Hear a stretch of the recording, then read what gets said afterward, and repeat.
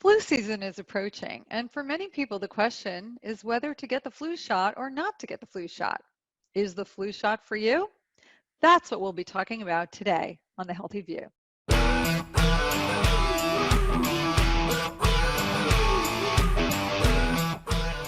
As colder weather is approaching, it's that time of year to get your yearly flu shot. Or is it?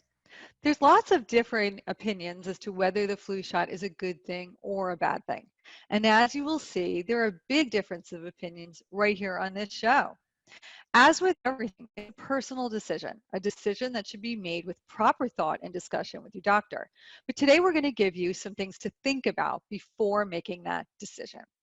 I'm Lisa Lutan, and I'm here with my beautiful and brilliant co-hosts, Andrea Beeman and Michelle Leota.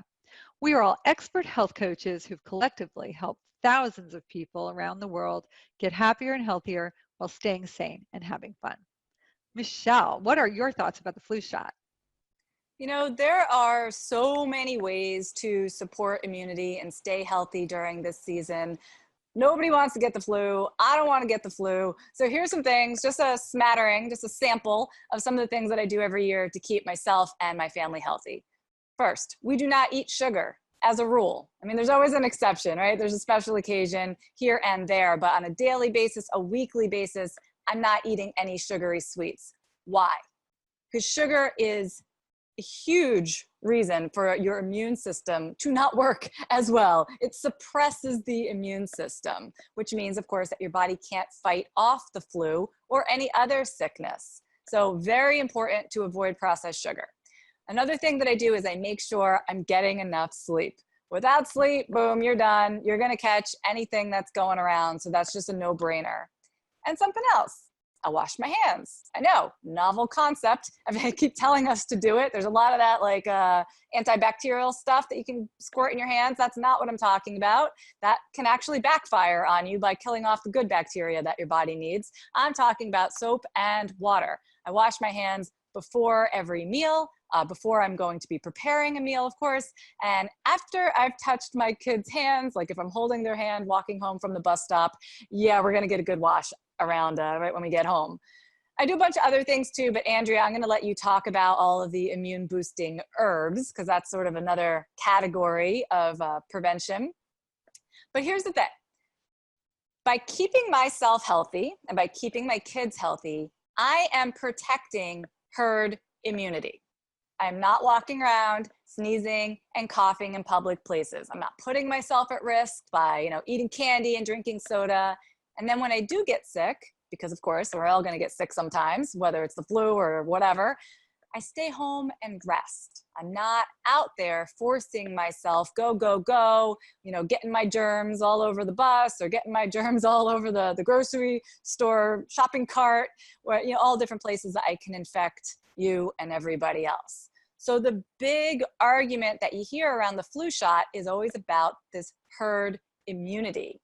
Yes, wildly important. I think we are 100% responsible for how we take care of ourselves and how we take care of those around us. But I disagree that the flu shot is a one and done sort of wham bam solution. You want to get a flu shot? Awesome. But if you're not doing all the other things that I mentioned, you're not doing much, especially if you consider how ineffective the flu shot is every year. According to the CDC, for my age group, the flu shot was only 37% effective last year. That's not great. There's so much more that we should be doing if we are honestly concerned about the health and well-being of those around us. And I'm going to tell you a funny story. Funny / I was not amused at all at the time. But when my youngest son was born, my older son was like 3.5 years old. So he was in preschool and had all like the preschool germs going on. And I really, really worried about the baby getting the flu because he was very small that year when flu season came around. So I said, all right, this is the year. We've never done it before, but we're going to get the flu shot. And in fact, that year they had the mist, the little spray up your nose. So I was like, that's great. Then the kids don't have to get a shot because I don't have to get a shot. Nobody wants a shot. And I believe the mist didn't have any of the preservatives that the flu shot has. So we all went to the doctor. We got this stuff sprayed up our nose.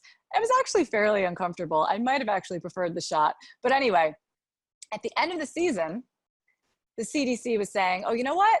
Oh, sorry, the flu miss actually wasn't effective at all. Something like this. And they yanked it off the market for 2 years. I think it's back now.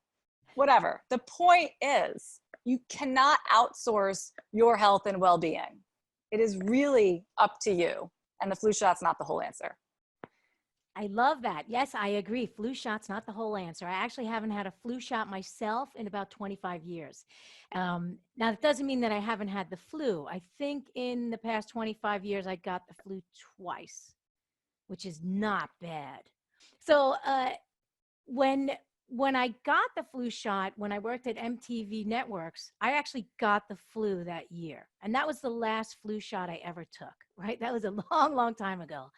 And what I do is what Michelle just talked about. I'm not a big sugar eater. I take care of myself, rest, eat well as incorporate a lot of herbs, good quality herbs into my stocks and into soups and stews. So for example, astragalus root looks like sticks. For those of you that get to watch us on YouTube, you'll get to see this. It looks like little wooden sticks, right? So astragalus root builds both white and red blood cells. So I will put astragalus root into my stocks when I make stock. I'll put it into my soups. This is the traditional way to take astragalus is in a water-soluble environment because it's water-soluble, the constituents in here. Right? And you can't actually chew that. It's too fibrous. It's literally like wood. It's a root. So this will boost up the red and white blood cells and keep your Wei qi, which is the protective qi, strong, right? So that's something to keep in mind because when you're exposed to the flu, it's coming in, the attack is coming, right? And it's going in through your mucous membranes or through your mouth or through your eyes. That's why it's great that Michelle is washing, right? So you don't put the little bacteria and the little virus everywhere it's going to go. But it's also healthy to actually get the flu every couple of decades.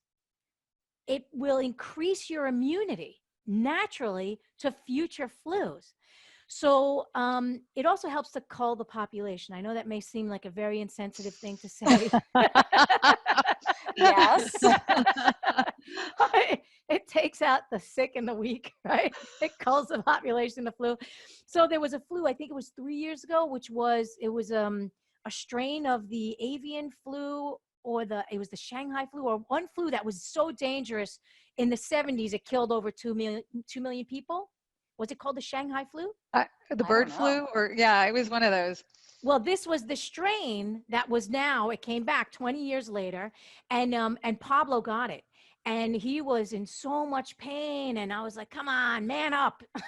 Like, man up, take some aspirin. Poor guy. I know, it was terrible. I was awful. But I started giving him all the soups and the stocks and all that stuff on top of everything else that he was getting. And I started giving him this mulled cider just to help bring down all the stuff that was going on. And then I got it, right? Mrs. Strong. And I remember that. And I got the flu and I was in bed and I had pain going up and down my spine and down the back of my legs. And I was like, please give me aspirin, please. And he's like, you see what happens when you make fun of people that are down and out. And so, the flu is going to come and it's going to get you. But what you can do is what Michelle said is keep yourself as strong as possible and as healthy as possible. So when it does come in, you're prepared. And with that note, I'm actually not a flu shot person. I don't advocate them. I don't think that they're healthy for people. I think that actually getting the flu from someone is healthier than taking the shot for the flu because it's the most current version. So I know I'm going to get so much abuse from you guys today, but I'm going to be the contrarian on the show and not for the reasons you think. And let's face it, if we all thought the same thing, the show would be kind of boring, right? Heck yeah. So I totally agree with keeping your immune system in check and all the healthy habits and eating right and washing hands and all of that kind of stuff. But I have to be honest, the flu shot changed my life. And I'm going to tell you why. When I was back in my 20s and 30s, every year I would get this cough. and it would settle in my chest. It would last for 8 to 10 weeks. And it was one of those coughs where you just start having these coughing spasms, and all the people around you would be like really grossed out and like go sit somewhere else. And I would get this terrible headache, and it would go on and on and on. And my dad had the same thing. So I just assumed that it was something that was in our family gene pool and I was going to have to live with. But then I got the flu shot, and that year I didn't get the cough. And it was life changing because I would have anxiety attacks that I would have to leave or leave a dinner party or leave the theater because they would just go on and on. So this was really huge for me. And the next year I didn't get the flu shot and I got the cough again. And so I went back to getting the flu shot. I have gotten the flu shot every year since, and I never once had that cough ever again. Now, it might be a coincidence. It very well may be, but it was a coincidence that felt really good for me, and it was a big life-changing thing for me. So I am going to keep getting those flu shots. And Damn you to hell. sorry, and again, I think for me, it has been just a little boost to my immune system, and I really stay very healthy all the time. So I know there's a lot of negative things. I know that it's not for everybody, and I totally respect that, but I also respect, for me, it's been a really good thing. I wanted to add something. I just Yeah. was thinking about it when Andrea was holding up the little astragalus sticks, and I just went digging through my cabinet yesterday, going, "Oh damn, where's my astragalus? Where's that echinacea? Where are my elderberries?" So I have a note for myself over here. As soon as we are done recording, I'm actually going on the Mountain Rose Herbs site to order all my supplies for the season. So they got time to arrive, and I can make my syrup, and I can get all my things going on over here. Now's the time, people. That's right. Before flu season, not Right. when it hits. That's right. Well, thanks for joining us today. We'd like to wish you a healthy flu season, however you go about it. And we want to make sure that you don't miss an episode of The Healthy View. Please subscribe on iTunes. While you're over there, leave us a review and a rating and help us spread the word. Also, you can sign up for our mailing list at healthyviewshow.com. We send one simple email per week announcing the newest episode. We'll see you next time.